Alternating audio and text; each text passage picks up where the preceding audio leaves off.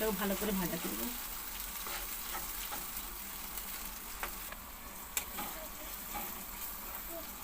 আদা রসুনটা ভাজা হয়ে গেছে, ওই একটা টমেটো দিয়ে দেবো।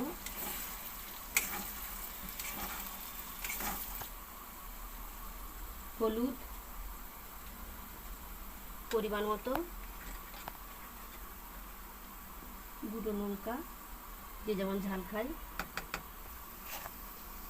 নুন, আদা রসুনের একটু জল ছিল সে জলটা দিয়ে দেবো, দিয়ে এটা ভালো করে কষতে থাকবো।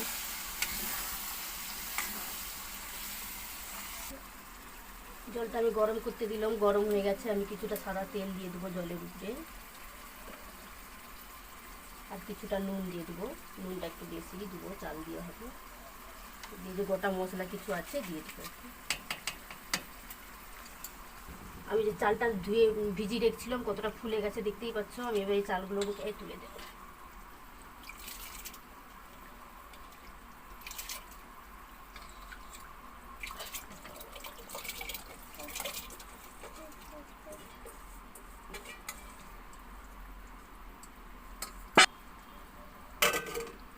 চাপা দিয়ে রাখবো, ভাতটা হওয়া পর্যন্ত অপেক্ষা করবো।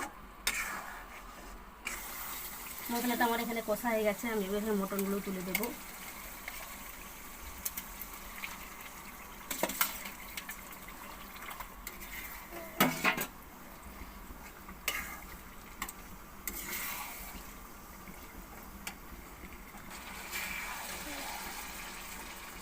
এখানে মশলাটা আমি ভালোভাবে মাংসের মধ্যে মিশে গেছে।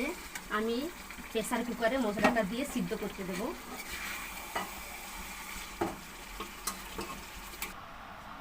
এই গরম জল ঢেলে দিচ্ছি আমি কিছুটা। আলু ভাজা করে রেখেছিল, বিরিয়ানি মশলা,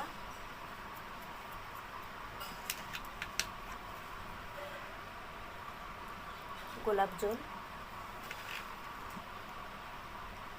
কেওড়ার জল। আমি এটাতে দুটো সিটি মেরে নেব।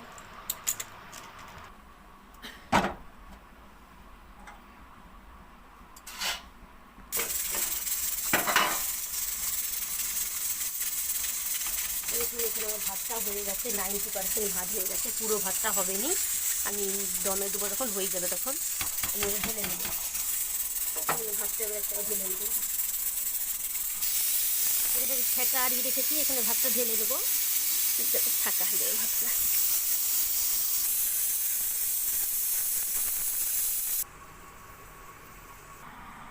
আমি এখানে কিছুটা দুধ নিয়ে নিয়েছি, দুধেই কালারটা দিয়ে দেবো কিছুটা। আপনারা যদি কালার না করতে চান না দিলেও হবে।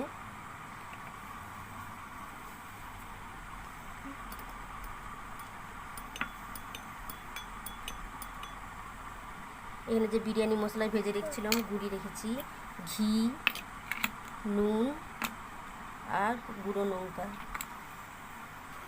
শুধু হাঁড়িটা আমি কিছুটা ঘি দিয়ে পুরো মাখিয়ে নেব।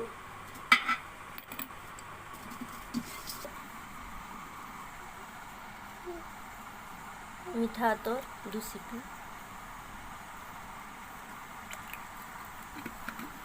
প্রথমে একটা কেওড়ার জল দিছিলাম, এবারে গোলাপ জল 2 সিটি। মিঠা তো সামান্য, বেশি দিলে ই লাগবে।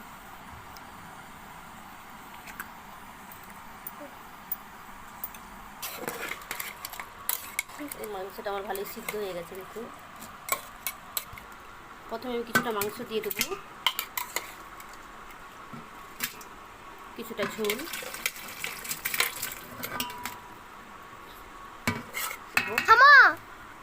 এখানে চাল ছড়িয়ে দেবো।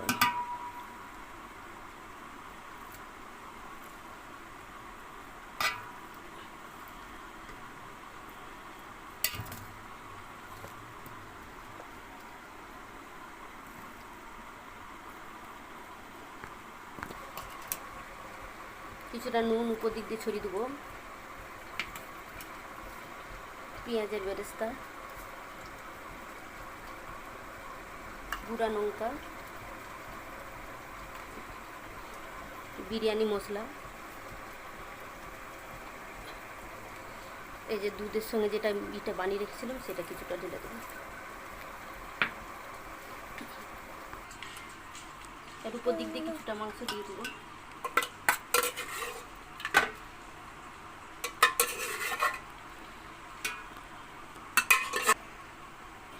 এগুলো ভাতগুলো চারদিকে দিয়ে দেবো, যেগুলো আছে সবগুলো ছড়িয়ে দেবো।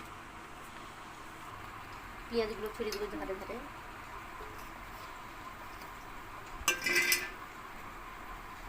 বিরিয়ানি মশলা,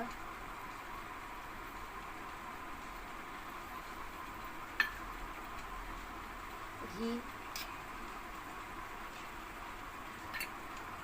লঙ্কা গুঁড়ো, নুন,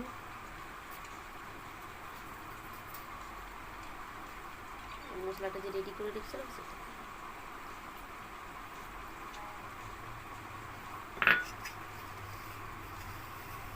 এটা কিছু চাপা দিয়ে দমে দেবো। আমি এখানে একটা ভারী কিছু চাপিয়ে দেবো যাতে না গ্যাস বেড়ায়, আর আমি 10-15 মিনিট এটা দমে দেবো।